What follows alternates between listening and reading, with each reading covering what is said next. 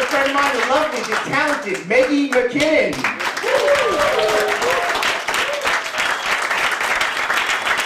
Thank you. Let's give it up for great Carton, everybody. Oh, man. So, my last boyfriend, he said to me, "You will always be the one that got away." And I was like, "I'm still here. I didn't go anywhere. You're breaking up with me." He was like, "No, you got away. Go. You got away." Ouch. I've been on a lot of really weird dates lately. This guy, he asked me out, and then he called to see if I wanted to join him for yoga before we met for dinner. And I said, "No, my ass in your face comes after you buy me dinner." The most stable relationship in my life is with my chiropractor. Yeah, the more I see him, the more I realize, like, he's a lot like my past boyfriends.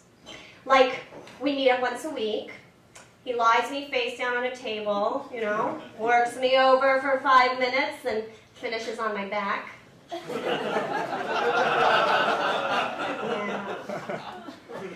But now that I'm single, you know, I'm back in the dating scene. And guys, I really appreciate it when you pay on the first date. The last first date I went on, the guy, like, grabbed the check. He was like, "I got this. You owe $16.75 plus tip." I was so fucking shocked. I mean, I still slept with him, but wow, I was shocked. Oh, but I love sex. Anyone know? Woo! 3 people in here love sex. You know, morning, afternoon, evening. But I like that, like, magical moment where you wake up in the middle of the night, right? And you, like, suddenly realize you're doing it. And it's, like, even more magical for me because I went to bed alone. Sir, how are you doing tonight? I'm doing all right. You're doing all right. Excellent. I have a question for you. I see that you have facial hair. You have a beard. You do. Now, do you ever have any problems trimming your facial hair? No, never. Never a problem. You are so lucky. Can I share a secret with you? Go ahead. Go ahead. I've been having so many problems trimming my mustache. Oh, you gasped like I can tell. Hurtful. This Halloween, I dressed up as Ron Burgundy, and I bought the wrong size mustache, and I over-trimmed it.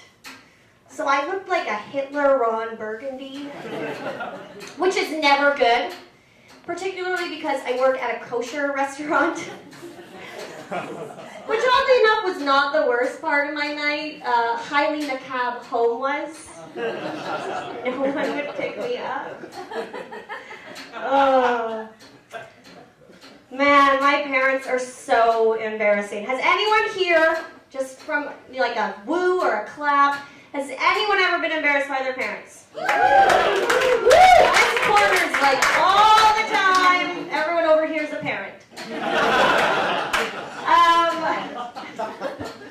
Who wooed here? You raised your hand right away. Now, if you have to choose, who is more embarrassing, your mom or your dad? My dad. Your dad. It's always the dads, right? If I had to choose, mine would be my dad as well. My dad is the town Santa. And my Christmas vacation is spent driving Santa from party to party because Santa's drunk. So I'm Santa's designated driver. And once we're done, he likes to drive around and look for kids, you know, to meet Santa by luring them to our car with candy. And I just want to go home. I mean, you try explaining to a group of kids that Santa's sleigh is in the shop, and Santa rented this rusty 92 Ford Windstar. No, kids, we didn't lose the reindeer. They're in the trunk. Oh, but you know, it's true what they say. Christmas is so magical that anything is possible, right? Like, only on Christmas is it possible for a large, drunk, bearded man to lure children into his car with candy and parents actually encourage it.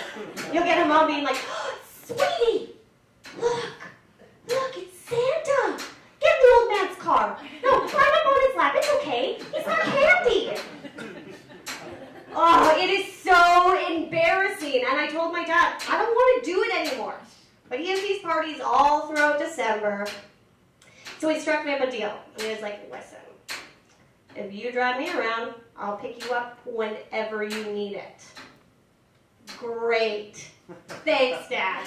You know, nothing is more embarrassing than Santa picking you up from the bar at 2 a.m. and then going up to the guy you're flirting with and asking him if he's been naughty or nice. And now we can't leave the bar for an hour because Santa's here and everybody wants to sit on his lap. I mean, it is so hard to have respect for the town mayor after you've seen her giving your dad a Christmas lap dance.